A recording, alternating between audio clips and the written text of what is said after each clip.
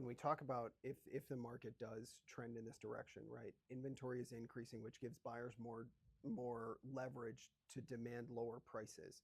If that starts to happen, the only thing that will start to switch that around is if interest rates go down. So now imagine a scenario where we're 18 to 24 months from now, prices have declined 10 to 15%, and all of a sudden the Fed drops interest rates down into the fives. Now that buyer that's selling their home who wouldn't have done it to trade a $600,000 cape for a $950,000 colonial and go from 2.5% to 6.5%, now they can sell their house for $550,000, buy one for $775,000, $800,000, and only have pay a 5.5% interest rate. Everything is for buyers and sellers is sort of perspective, right? If you had told people at the end of 2021, hey, you're going to be excited about 5.5% interest rates, everybody would have told you you were crazy. I mean, I remember for like 6 months, people were like it was in the fours, and people were like, I would never buy a house in the fours, right? And it's like now people would be like, oh my God, I'd buy everything if I could get a 4% interest rate. So everything has to do with perspective. So if we look at it, if we're in agreement that at the very least, until interest rates come down, this market will level off. I do think there's some craziness going on in certain segments. Like there's no rhyme or reason why that house on Pilgrim should sell for close to $1 million, right? Even in this climate right now. But there are still leftover buyers that are used to sort of having to pay, right? And so you're seeing that. The house on Shawmut, we made an offer at $955 and got rejected. On Shawmut. That's wild. Because there's not a house in that neighborhood worth that much money. No. No, it's crazy. It's an 1,800 square foot, 20-year-old colonial, so it is a little bit of a unicorn in that downtown area. But at the same time, it's an 1,800 square foot colonial, right? So there are buyers that are still sort of, for whatever reason, whether they just aren't educated about it or whether they just are motivated enough to make it happen and they don't care. The bottom line is the fact that there's still buyers like that out there. But I think that once that sort of old school buyer starts getting fewer and fewer because they're going to get the houses that they want, I think what we're going to be left over with is a more reasonable buyer. And so if we look at that and we go, okay, well, inventory is going to go up, prices are potentially going to slide. Maybe it's 5%, maybe it's 10, maybe it's 15. Interest rates will eventually come down, whether it be a year from now when Powell gets replaced with Bissett, or whether it's prior to, or whether it's a little bit after. If we look at that and we go, all right, the market's going to become a little bit more affordable for buyers, and then interest rates are going to come down and it's going to become more affordable than that for buyers. There's two considerations that we need to factor in. Number one is, what do we do from now until then to survive, right? We need to make enough money. We'd love to make more than we need, but at the same time, what are the activities that we need to be concentrating on right now to make sure that we not only survive the next year to 18 to 24 months, but also put us in a position where when that market shifts and the number of home sales goes from 100 to 200, when nationwide the number of home sales goes from 4 million to 6 million, right? How can we grab an unfair share of that, and what can we do to position ourselves to be in the best position? So I'm curious to hear if there's anything from a marketing standpoint, something unique, something that you're finding working. Are there things right now that are working for anybody in the room? Like as far as finding buyers, getting sellers, are there activities right now that are working? Don't all speak at the same time. Mine are all past clients. Yeah. Referrals, yeah. Referrals. Yeah. And I sold a house 20 years ago, referred me to somebody. Yep. And they go, I haven't heard from these people in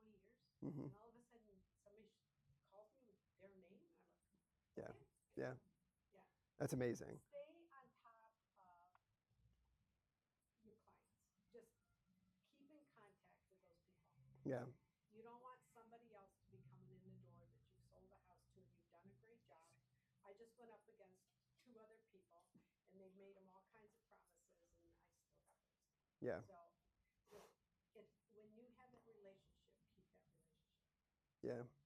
And I think that's what we see too is, how to protect yourself from, commission wars, right? Because if you go in on a cold lead, especially if it's an internet lead, you you don't have a relationship with them. They're going to be making a decision a lot of the time based on like how low of a commission you can get.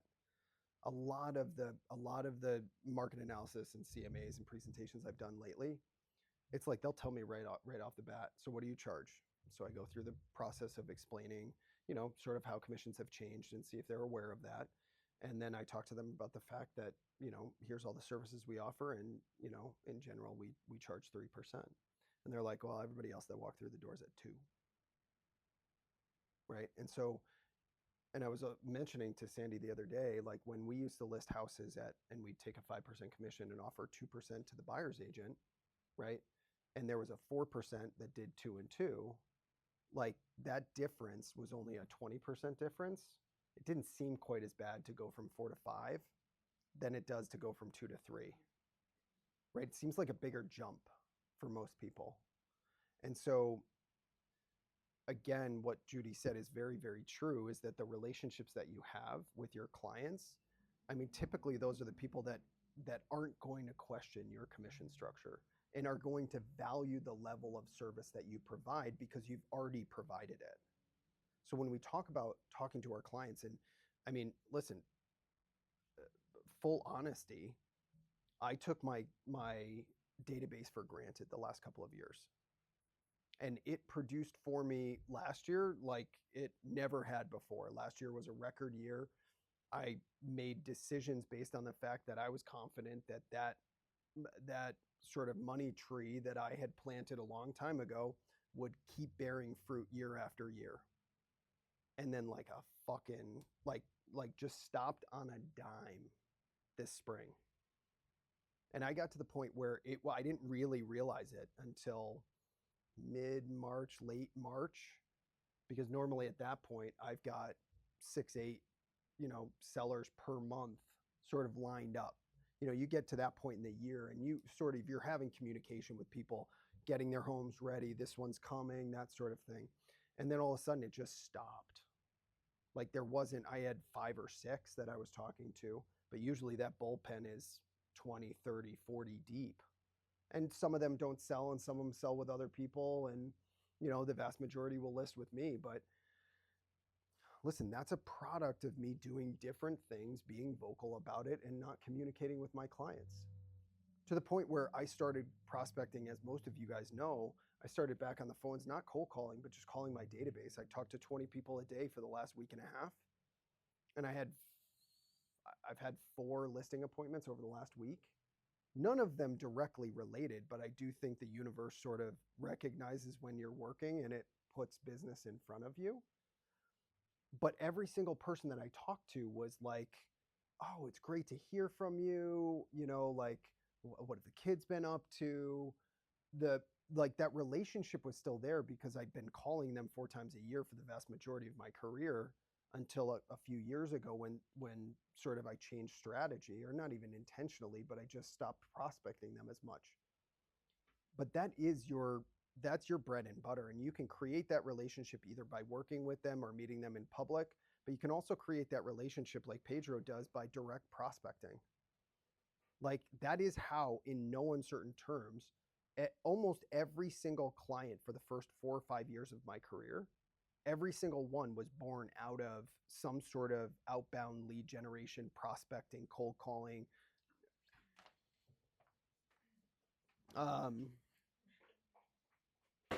So that stuff is really, really important. And I think there is no better opportunity right now than to reach out to your entire database and tell them what's going on. Because if there is opportunities down the road, if there's significant sort of messaging in the real estate industry right now, they're either going to hear it from you or they're going to hear it from somebody else. And even if they don't do anything personally, if you equip them with the information that they can pass along to somebody else, that's where they can add value. Like, think about yourself in a conversation about anything.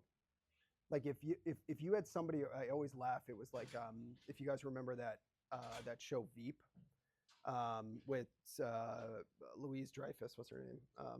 Julie, yeah. Elaine from Seinfeld. She was like the VP, and there was always a guy right behind her.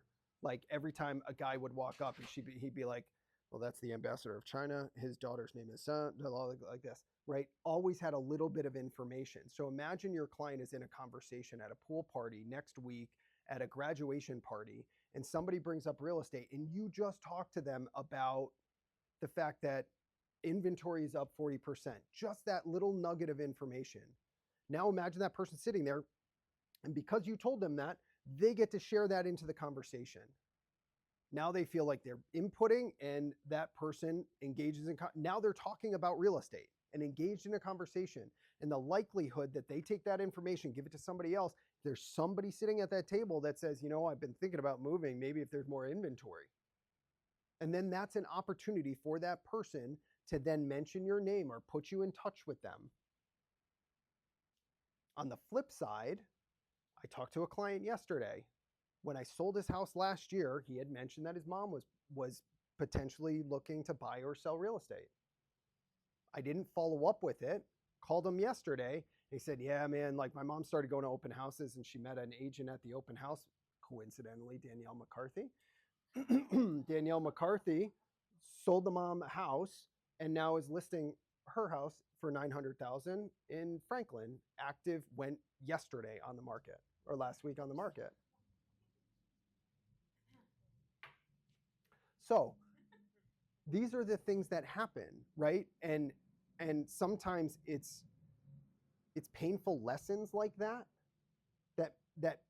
drive you to do the things that you don't want to do. Like, in no uncertain terms, especially because I've been out of the habit for a very long time with prospecting every single morning, it is very, very easy to get out of that routine. And it's hard to create the consistency. Even as good as I was, 52 contacts a day for an entire year, I literally only missed like a handful of days, prospecting days. So I have that level of drive in me, but you get out of it for a little while, all of a sudden shit comes up, and then it's 6 o'clock in the afternoon and you've got 3 contacts for your day. Like, it just has to be so intentional to talk to your database. So thank you for that. I believe that your database is how you will build your business and have sustained longevity in this business. So in this age, how do we stay in touch? Obviously, the calling thing, you guys don't need to hear me talk about that again. But one of the things that I heard Lars Hedenborg say the other day, who runs Real Estate B School, he said that on social media, most people aren't using it properly to communicate with their database. You should be setting aside intentional time to be commenting and creating conversations with the people on Facebook and on Instagram. It shouldn't just be a like on their posts. To be honest with you, you should be having conversations with them, right? Comment on everything that you can, even if it's like 20 minutes a day where you're scrolling through and you intentionally comment on 25 people's pages. Lorraine, I think you do a really good job on Facebook with that, don't you? You have a pretty good community on there. Today I shared the listing to 100 people, and I got 2 possible buyers. Right now, someone sent me her number so I can call her after the mastermind. Yeah. So So, when you say share, tell me what you. so I just basically, so I did a post on my Facebook, Yep. and I just shared that post and said, hey, just in case that you know anybody, and I just shared the post. That's it. Yeah. Just something basic and simple. Yep. Now, my question is, in my case, my database, they were basically mostly Hispanics. And after calling them, I have like 2 something people in my database. Yep. Um, they just want to wait. My problem, to say that way, is that I don't know if I should still focus on the Hispanic, like with the Hispanic community, or should I change? Like I'm creating Instagram videos in English, but should I do that, or should I focus still, creating videos and post in Spanish? Yeah, I Good think question.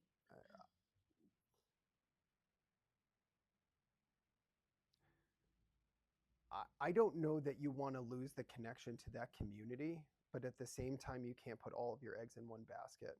So I don't know that it should be an either or. I think it just needs to be a diversified strategy. Because right now I'm cold calling, like every day, every morning I'm cold calling, Yep. which has been good. I would say that every day I get a lead, not necessarily a hot lead, but someone who has expressed that they want to sell probably in 2 years. Yep. And I have someone that has said that he's been thinking about selling his two multifamilies in Brooklyn. Yep. But it's not like a now business.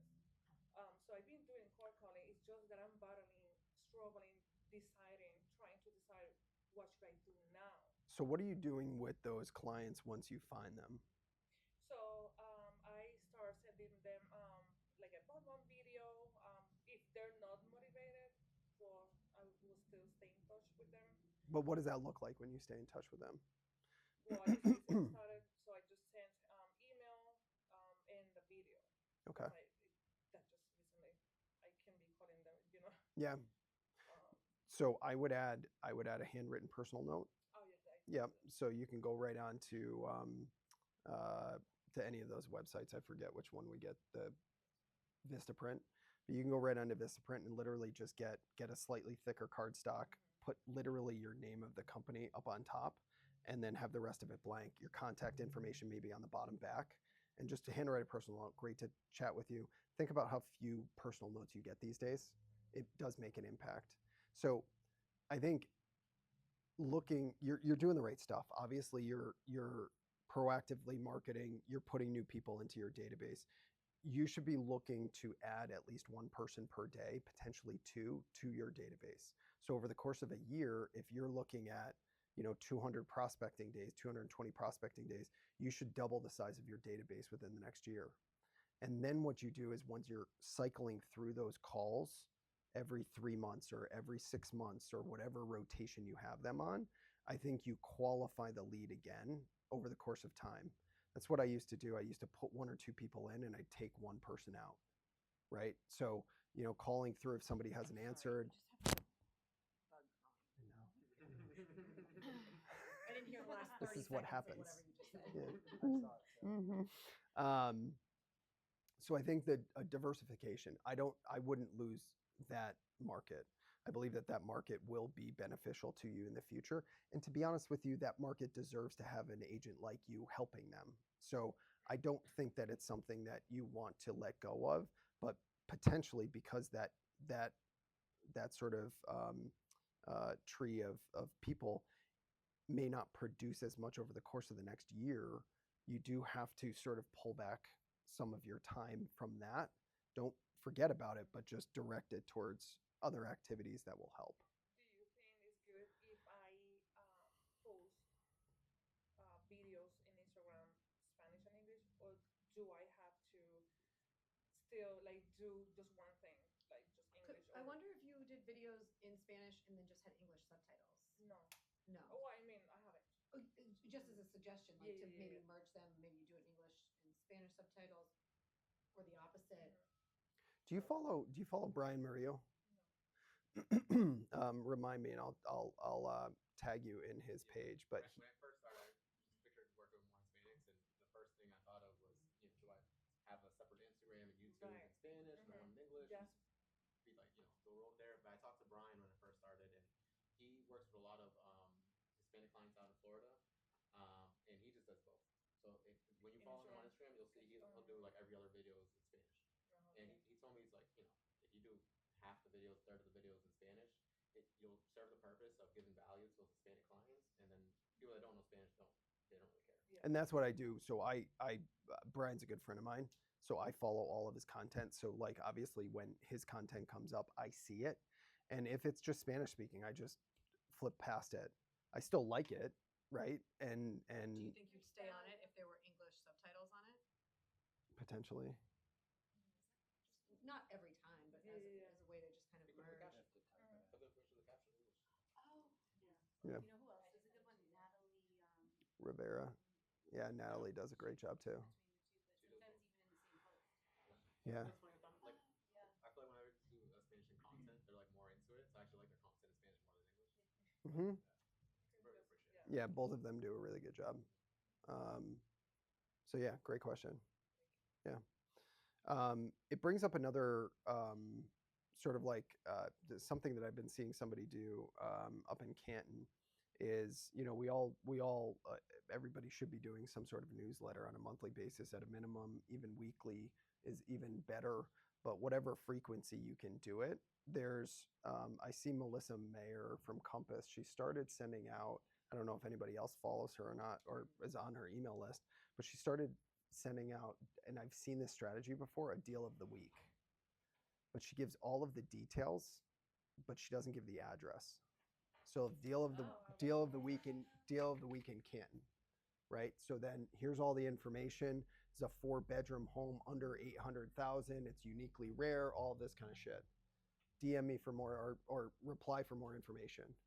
Then the person has to raise their hand to get the more information, and then you can prospect them individually. The other thing that you can do, which Benny shared on our last call, is if you're tracking, you can track who opens your newsletter, and then you know if somebody is consistently opening the newsletter, either they're interested in a particular topic, but more than likely, if they're opening real estate content, they have some real estate sort of need, right? And you can make sure, because at a certain point, like we look at all of the different things that we have to do to try to generate business, and there seemingly is not enough hours in the day. So how do we concentrate? And it's also sort of demotivating if we continue to put effort and energy into a particular thing and then it's not yielding the results. So if I have 1,800 people in my database, realistically, based on what I do right now, I can probably only reach out to all of them once a year. Like yes, I could put systems in place where I could be much more diligent and probably talk to them 2 to 3 times a year. But the reality is, with leading the team and the downline and everything else, I just don't have time for it. So, but if I could concentrate on 300 or 400 of those people that had a higher degree of possibility of selling or buying, then I could talk to those people 3 or 4 times a year and the rest of them once, right? That's reasonable. But we have to start getting either people to raise their hand and say, hey, I have more than an average amount of interest in talking to you, or we have to be able to put systems in place to see when they are. So newsletters, open rates, try it out. Try deal of the week in Mansfield, right? It piques people's curiosity. And maybe they've got somebody else that they want to know. This is the thing. People want to help you, especially if they know you. They really do. Like, people genuinely are good people. It's just that they're not salespeople. They create storylines in their head. I fucking guarantee you, because of the content that I chose to put out this year, which was more agent-centric than real estate-centric, I guarantee you there was 10 deals that were left on the table because they either think that I don't want them or I'm too busy for them. Some of my best friend, like one of my best friends in the world, who had bought 4 houses from me, bought last year from me. His wife, who I'm incredibly good friends with too, called me and said, I don't know if this, like, I don't want to bother you with it. My brother is going to be selling in Franklin and then buying, and like, but it's only in the $600,000 price range. Like, it's probably not something that you want to deal with, but maybe you can give it to one of your agents. If that's the perception of one of the closest people that I know, What is the perception of the people that I don't know that well? And she only called because she had enough confidence to know that I would either tell her that I'm not interested or that I'm interested. But most clients are not going to feel that way. They're going to make the assumption. So that's for me. But for some of the newer agents, a lot of it has to do with the idea that they just might not know. Like, you have to be in front of people all the time. So that's why we talk about the content on social media. We talk about the newsletters. The getting in front of clients is so critically important. To just what I try to do for Ben is use something he's already doing for the messaging and the content. If you're already headed to the CMA, you're not making it up. You're at the open house. That is like the double, like more bang for your buck. Like just you're already doing the work. Just share it, and when people see you working, I don't know. It's an easy way to remind people what you're doing. Yeah, and You're you don't doing have it to anyway. You're doing it anyway. You're doing it anyway. So like if you're going to CMA, tell people like, hey, I'm headed to the listing appointment. Super stoked. And we don't have to like come up with stuff. Just document what you're doing. You're doing the work. Yep. And what I started doing is creating videos, and then I just save them to an album, social media. So even if I create it then and I don't know what to do with it, or I don't, if I'm feeling creative, like a couple weeks later, I can just go to my social media folder and just pull something down and create something out of it. Yeah. Great job, Riley. Thanks. Yeah. You have to, My sister and I way back, did it. the first thing I That's my probably was ever taught is you want to be to the point that people go real estate genius.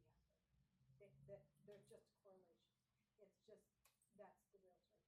And I think some of it's been lost, and I'm just gonna say because I've done this for so long, but some of it's been lost in the not doing the mail outs, not doing the personal notes. You've depended on social media for so much that people have lost the personal part of it, okay? That you want to keep your name on their refrigerator. You know, I always did magnets. I always did just every year baseball schedules, Patriot schedules. It's so easy for them to look on their phone, but if your face is on their refrigerator, there's something about that that they see you all the time.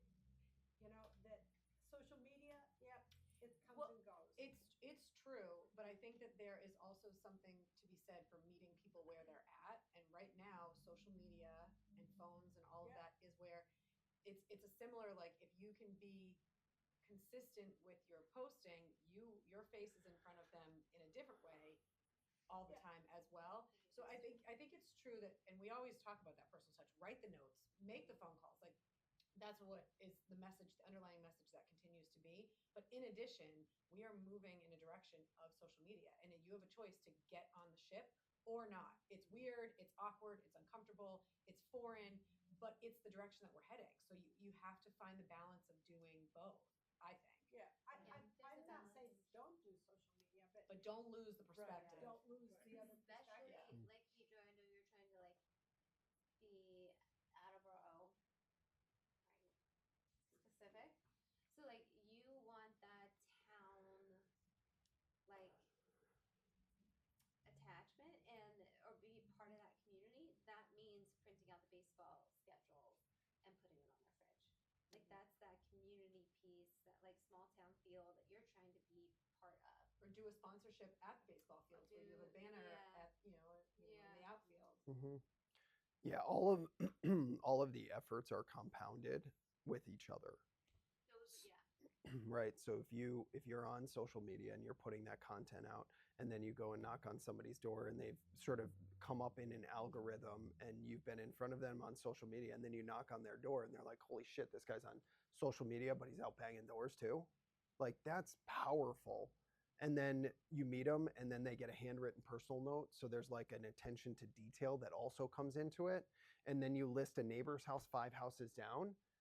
And then you door knock them again by giving them that person isn't going to go anywhere else unless they have a deep connection with somebody, right? it just increases the odds. It's funny because I'm in Rosendale the other day getting a haircut, and there's a bus passing by with a big advertisement on it for some guy, I don't know who it is, some lawyer, but it says Top Dog Law, and it has like kind of a dumb picture on it. I'm like, that's stupid. Then I'm like watching something on YouTube, blah blah, and then an advertisement comes up, Top Dog Law. I'm like, this guy's so stupid. And then I'm on social media, and it's Top Dog Law. I'm like, I'm check out his content. This content's pretty good. And I started learning a little more about the guy. I'm like, I kind of like this guy. Did you follow him? No, I didn't. I'm a hater. Yeah.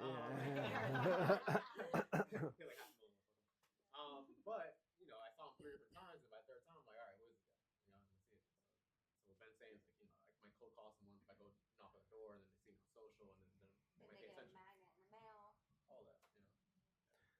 But I had this thought last night, and we have everybody's sort of at a different point in their career, but we're getting close to the middle of the year. What we're going to be doing for both the folks that I'm coaching as well as the team here in the office is we're going to be doing a mid-year review of sort of where our goals started at the beginning of the year and where we are right now. Like, I think what sort of needs to be said and people need to understand right now is that, like, the amount of effort that you have to put in right now to be successful in this industry is arguably unlike any other time in this industry. You've got massive competition. You've got big corporate organizations that are spending a shit ton of money to get in the middle of the client and you and cost you money, right? Massive amounts of money is going into advertisements from HomeLight and Fast Expert and Zillow and Homes.com. Guess why? Because there's a shit ton of money selling real estate. And they go, if we can get in the middle of the consumer and the agent, we can make a shit ton of money. And the old adage was, there's a buyer and there's a seller, and all we need to do is get in the middle of them. Well, now there's somebody trying to get in the middle of us and split up the pie even more. And so, like, the amount of effort that you have to put in right now, it's hard. It is hard. I'm not trying to pretend that, like, making it in this industry and increasing your business right now, I'm not trying to, like, scare people, but right now, like, if you're trying to increase your business and you're not working like 60 hours a week at this business, I don't know that you're going to. You can probably maintain if you're working 40 hours, but you're trying to create outsized outcomes. You're trying to make $100,000, $200,000, $500,000. What other business could you go into and go, you know what, I want $250,000 a year? And the guy goes, you know what, sleep until 8, right? Get up, read the newspaper, have a nice breakfast, maybe chat with your neighbor, and then work a couple hours and then do an open house on the weekends and we'll pay you $250,000. Like, it's just, there's no other industry where you get rewarded like we do for hard work. But I guarantee you that the attorney that's making $500,000 in downtown Boston, he's working 60 hours a week. So what are we doing? And that's a reflection that I have realized and recognized too recently. Like, the level of work that I have to do, I thought I was past it, where I could relax a little bit, take advantage of the time, do more education, help more agents. And to a certain extent, like, that is not going away, but the dial was turned too far. 20 contacts a day, if I have time in my schedule to talk to 20 people every day, every single person in this room does. And it's just, where are you going to find those people? Goddamn, how pregnant are you? Yeah, like 5 months, 6 months? Goddamn. 20 weeks. And you door knock today. So she's out door knocking neighborhoods at 20 weeks pregnant. Like 28? 28. All right. I don't. It's a lot more to walk around All with. right. 28. So 28 weeks pregnant, and she's still walking around knocking on doors. Yet we have people, and I'm not suggesting in this room, but we have people that just aren't willing to do it. So what are you doing on a daily basis? What level of commitment do you have to actually making this a successful career? It starts with intention, and then it goes to who do you have around you right now that is going to push you to do the things that you don't want to do. What accountability do you have? Because it's really, really fucking easy if nobody's around for you to wake up and be lazy, for you to work from home. Pedro and I got a phone call. Well, I got a phone call, but Pedro was there while we were door knocking about houses coming on East Street from someone from my old brokerage. I was like, oh, sorry, 1 second. I just got to talk to Pedro, let him know that I'm like just taking this. And she's like, you're door knocking? I don't have the confidence for that. It's like, well, we got to find someone that's going to do it and make it, like, even if it's uncomfortable, like Pedro's willing to go out there and do it. Yep. We had a fun morning. Yeah, but it's sad that so many people won't just jump on the opportunity of finding someone to just do it, like even if it's uncomfortable for them. Look at this event. Yeah. All this great information we're getting to hear, and people won't just take a little trip out and hear it. There were 7, so I counted 7 people that canceled today to come to this event. Right? I'm sorry, but like there aren't 7 emergencies that came up today.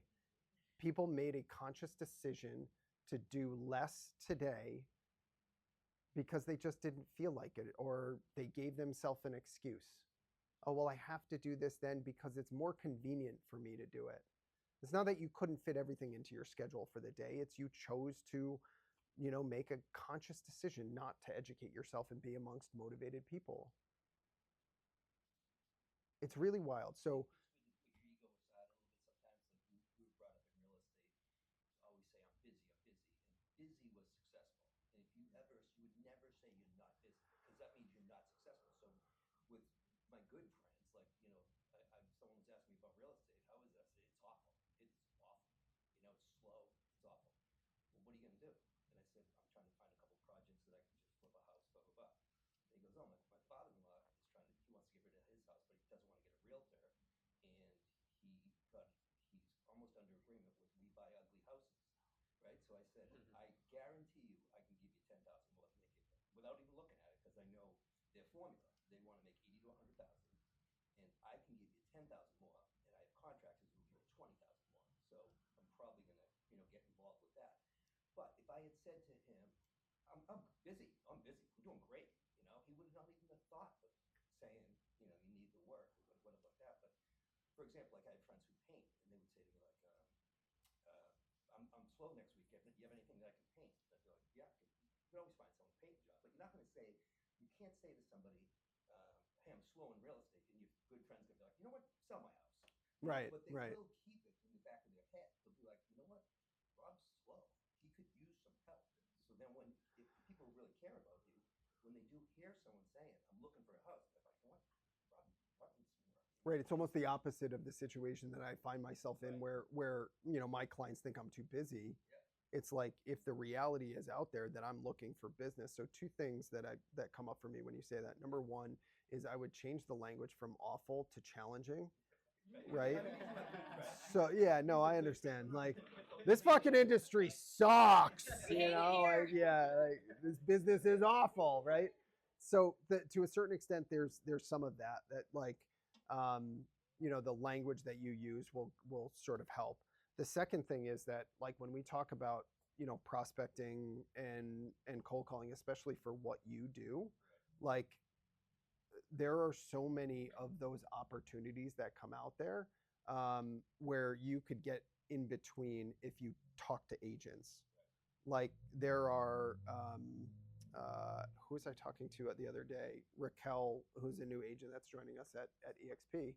Like connect you with her because she's always looking to buy property, right, up around Boston, and because you're inside that world, right, the foreclosure market and all that kind of stuff, you're a connector of opportunities, and other people have opportunities that you could connect somebody else with, right, even if you can't. So it should almost be you should be prospecting agents, right, both looking for opportunities and looking for who wants opportunities. People who used to do short sales.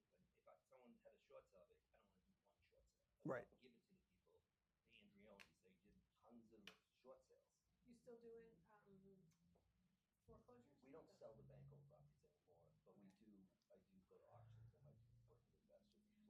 how's that market? Is that market It's good. picking It's up? picking up. And to be honest with you, like I wouldn't say this if there were 100 people, but you really have to go after the people who have to sell. You have to go after pre-foreclosures, people who have gotten, their house was postponed from auction. Like that's a motivated seller. You really, I mean, I Absolutely. wouldn't want to tell 100 people this, but you can't generate someone selling their house or buying a house, or buyers, people who just got married, or people who probate, people have got divorced, people have passed away. Those are the people who have to buy, have to sell. Those are the people you have to go after because our network is it's kind of dried up. We're spoiled by you just have to sit back, you get enough people coming in, you sell your 20 houses by just the people who called you. Well, if there was You have to 60, work. Now you have to work. Now you have to work. if there's 60% more home sales in the area, think about how much more volume we could take, right? But there's not. Right. There will be at some point, Yeah. And right? there'll be less brokers. And there'll be less brokers, Yeah. but the landscape's changing too, Yeah, right. right? Well, even the market of the number of buyers that are going direct.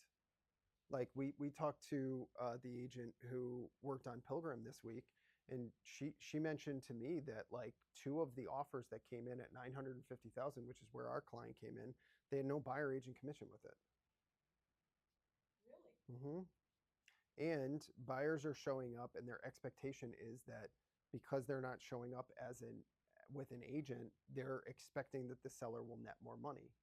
Do you find that the people like moving into Mansfield?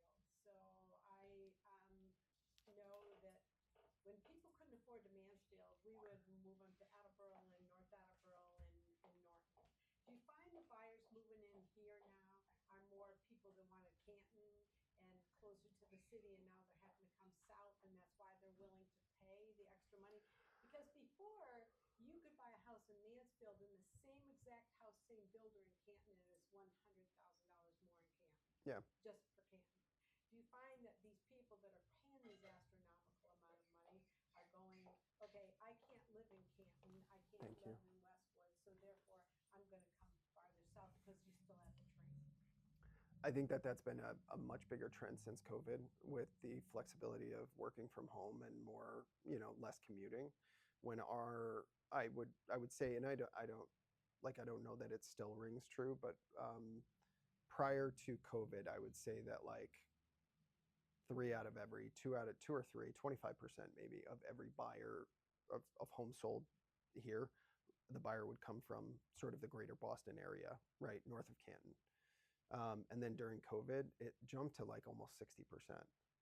And it wasn't 60% of the buyer population. It was probably a much smaller percentage of the overall buyer population, but it was 60% of the home sales, because they'd look at, a raised ranch in Milton for the same price as a 4-bed, 2.5-bath colonial down here, and they go, oh, for $650,000, this is back in COVID, I can get a colonial here in Mansfield, and they're like, fuck yeah, let's go, right? So I think that trend has continued.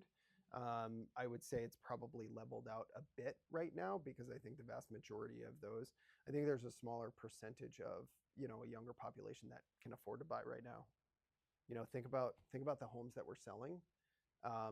Outside of first-time home buyers that have parental money, I mean, there's not a huge population of buyers that are going at it alone, at least in our local market. They've got to go fringe. They've got to go Attleboro, Norton. They've got to sort of go a little bit further. They've got to get a condo. Like they just aren't, a first-time home buyer, even if they have 20% down here in Mansfield, like competing to try to get one of these, $900,000 listings that sells for $950 or $975. They got to waive their home inspection. They got to come up with appraisal gap difference. Gotta pay their agent out of pocket. They got to pay their agent out of pocket. So that also leads us to the idea that that listings continue to be the name of the game. That's where you're guaranteed to make money. It wasn't long ago in Foxborough, and you can vouch for this too, where there'd be maybe $1 million sale a year, and that's only going back like 6 or 7 years. Oh, yeah. But and now it's just half the properties that are on the market or under agreement in Foxborough are over $1 million. Look at in Norton. Norton, Crazy. you would Never. never. No, you could Well, buy any 2 houses in Norton. Go for under go to Attleboro. The number of $800,000 sales in Attleboro. Could you imagine back in the day something coming up for $800,000? Be like, what is that? 200 acres? You know, like Yeah, right. that It has to was, be acreage or on the water. yep, something like that. But it's it's going to be an interesting couple of years. Again, I think inventory of homes is going to remain low. I think interest rates are going to stubbornly remain low. You know, they could adjust a little bit, but it's not like we're hovering at 6.25 and they might dip under 5%. Like we're talking about, they're at like 6.625 and 6.875, and they might dip down to like 6.5 or slightly below. But we're not going to see 5%, anything in the 5% this year or early next year, in my opinion. And if that's the case, then the dipping prices will help. It will justify and it will allow people to move around a little bit easier. The vast majority of buy sells that can financially afford the difference in the interest rates are not doing it because there's nothing for them to fucking buy. They go, I would sell my home. I'll trade in the interest rate. It sucks, but I'll do it. There's nothing for me to buy. I don't have the time to sell my house. Or what? I have to sell my house, or I have to find out financing, or like the kids down on Samoset that made an offer on Shawmut. Like they waived home inspection, and in order for them to really compete, they would have had to waive their financing contingency and go in non-contingent on the sale of their home. And I had the conversation with them about it, and very respectfully, they did not want to take that risk, and I don't fucking blame them. They're a young family with a kid with like 3 years old to go, all right, well, I'm going to sign up. What if our house doesn't sell for what I expected? Then I got to take money out of my, savings. And then we're putting myself in a bad position, and we cover the mortgage for a couple of months. And, again, we can, as real estate agents, mitigate a lot of that risk by the quality of the level of service we provide and the education that we give them. But at the end of the day, they're still taking a lot of fucking risk. Our clients up in Bellingham, she wanted a house so fucking bad. And so she waived her home inspection when honestly, she wasn't prepared to do that. And she got into the home and she found a number of issues with the property, and she has a lot of regret about it. That is the dynamic of the market that we're in, though. And the thing is that, like, we educate and we talk about it. And, fortunately, Pedro and I were working together on that one. And so, like, I can confidently say, and Pedro heard how much we warned her about this particular process. And we send them things that say, hey, this is not our recommendation. Don't waive your home inspection. Sign here, and they will. But that's the desperation that people have. What's going to happen with this new home inspection thing that's coming down the pike? So it did get delayed till October, which was crazy that they delayed it like last freaking minute. I heard that they did put out regulations for it. I just haven't read through them yet.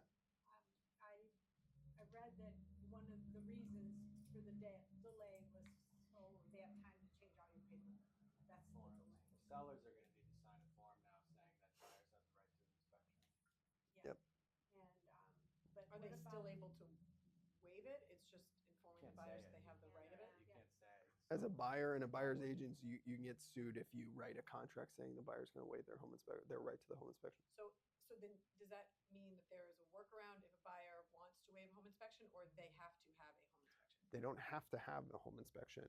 They just can't waive the right to do so. And they can't say it. They can't even communicate. Yeah, So how- Even verbally, I don't think you can say it. So then how do you know that you're not having one? So everyone's going to have one, I feel like. Because why wouldn't you? The seller's going to have to stand behind the house for a year afterwards, after closing.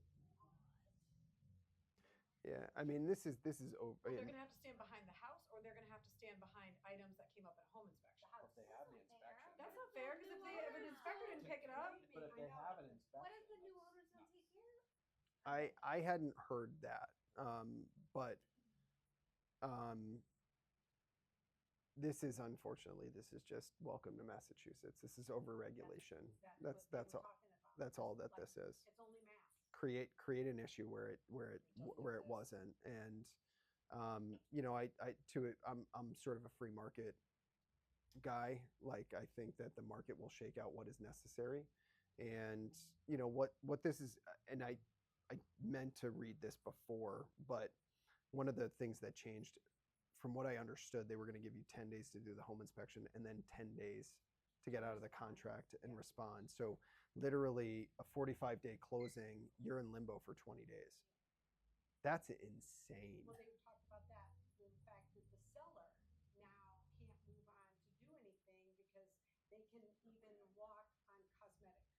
So after they got 10 days after their inspection, that they can walk even if a light switch doesn't work. And so the seller now has had his property off the market for a good 2 weeks. Mhm. So he's lost market time.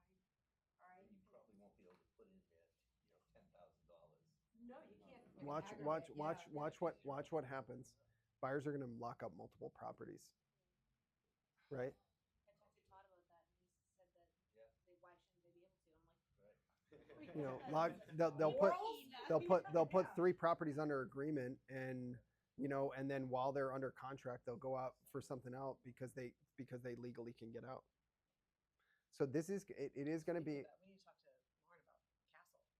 Yeah, we do need to figure out sort of, and I'll do some research, and we'll probably have maybe next month we'll have somebody come in and really talk about it, an attorney or You don't have to do an inspection. You just the buyer But does not need to.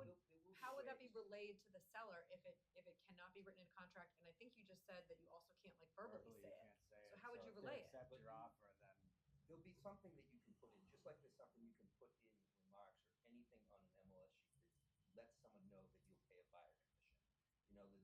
We'll figure it out. There's a workaround. Yeah, there'll definitely be a workaround. Yeah.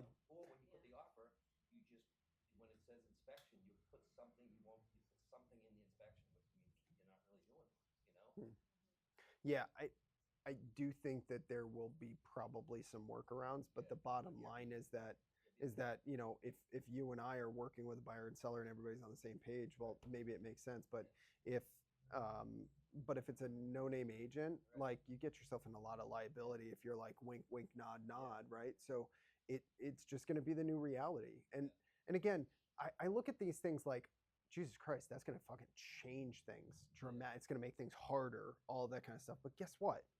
All of the agents that fucking didn't show up today, right?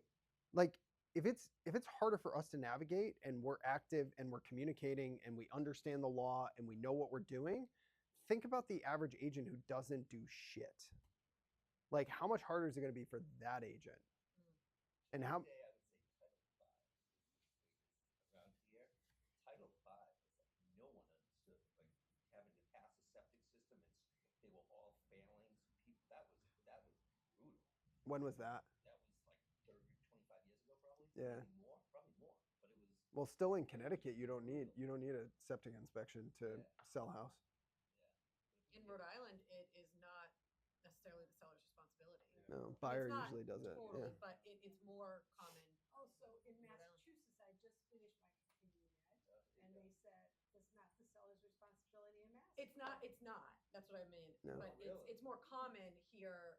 It's just like an assumed thing that the seller Right, will it's take care of it. Right. But in Rhode Island, it's even more so assumed that like it is not a seller's the responsibility. buyer's The buyer's responsibility. responsible for taking it on. Fucking wild. Wow. New Hampshire. Yeah. My cousin's a new agent in Rhode Island. He's No, spent 3 my hours broker doing a home is. inspection, septic test. I'm like, you're doing a septic test? Yep. No, you're the buyer. He's like, yeah, we saw both. Yeah.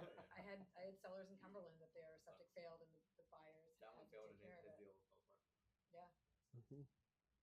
But these are the things, guys, and this is why sort of we do the Thursday calls every week where we get together and we talk about this stuff because I think what I've understood throughout the course of my career is that the more connected I am to motivated and enthusiastic people, the more communication I'm having with other great agents about strategy and technique and like what you take away. And part of it is putting yourself in that position. That's like the first step to doing it is sort of being in proximity and making sure that you get the information.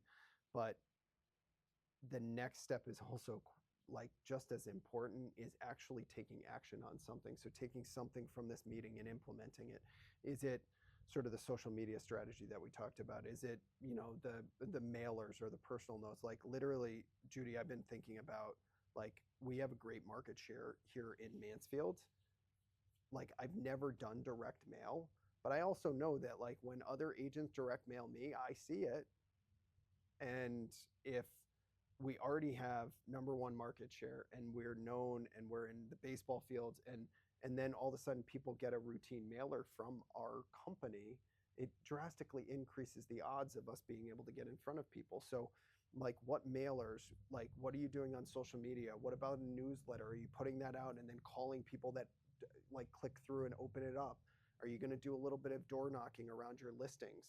Like I'm consuming a lot of, if people are interested, Lars Hedenberg's content is unreal. I've been listening to a lot of his stuff because he's sort of the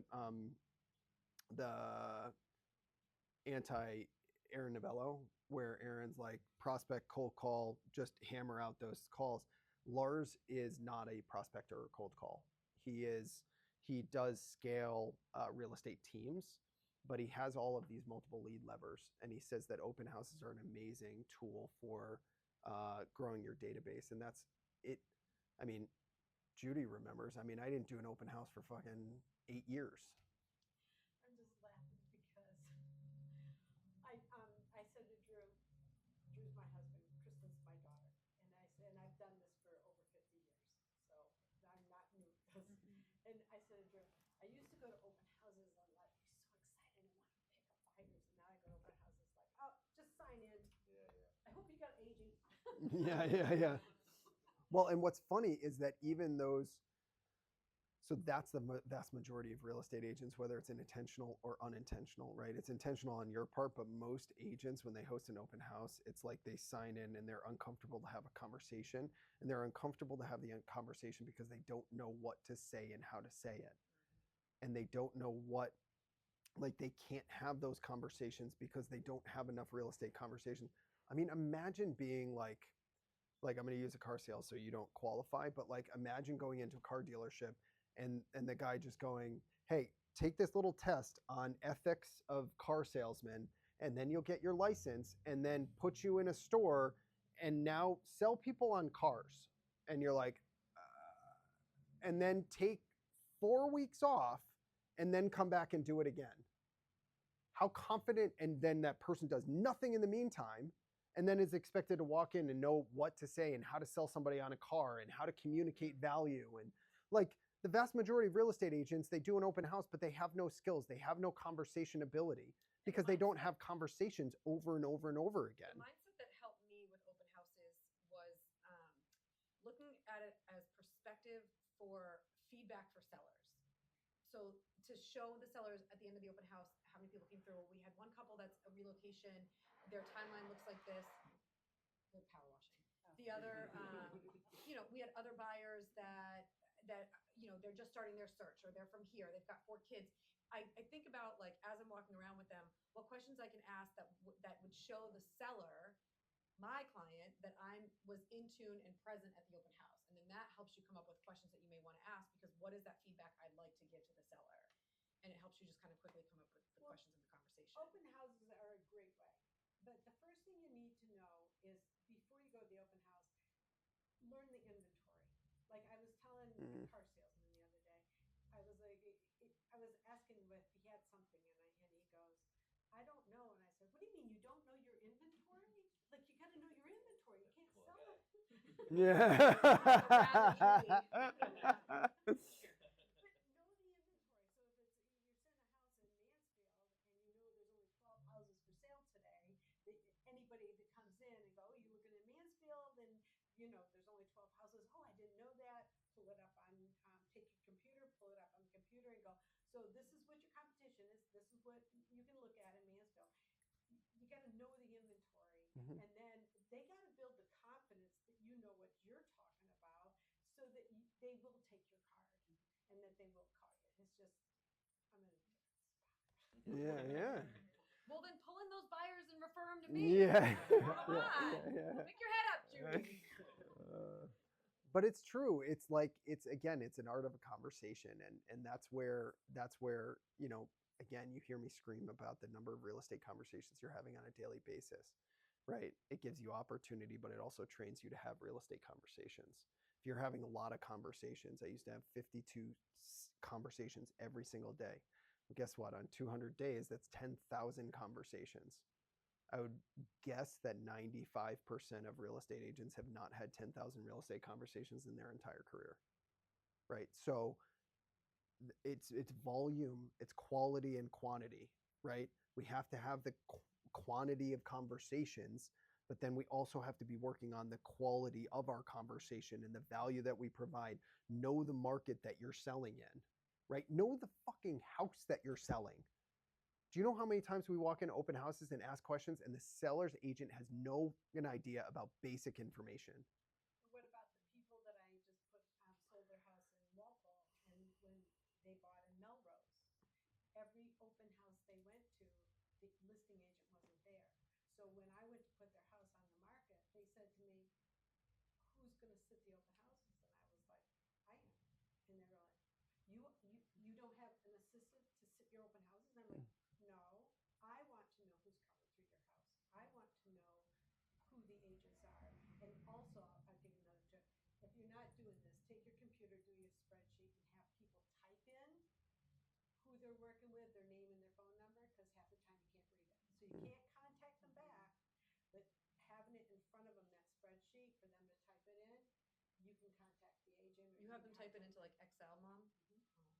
You can get an iPad and there's like an app where people can like actually fill it out and it Don't logs worry. it in Excel. I do just fine. Yeah. She's like, at this point, I hope they fill it in correctly. Yeah, I don't want Yeah, to talk to yeah. them anyway. I'm surprised you even care. But that's honestly, I mean, it's all this sort of effort, and we have to identify what we're doing. Back in the day, I didn't do open houses, but it was a different market. It would take 6 months to sell a house, so open houses didn't really sell houses back then, right? And then the market shifts, and everybody comes to that first open house, and there's massive opportunity. But at the same time, I was prospecting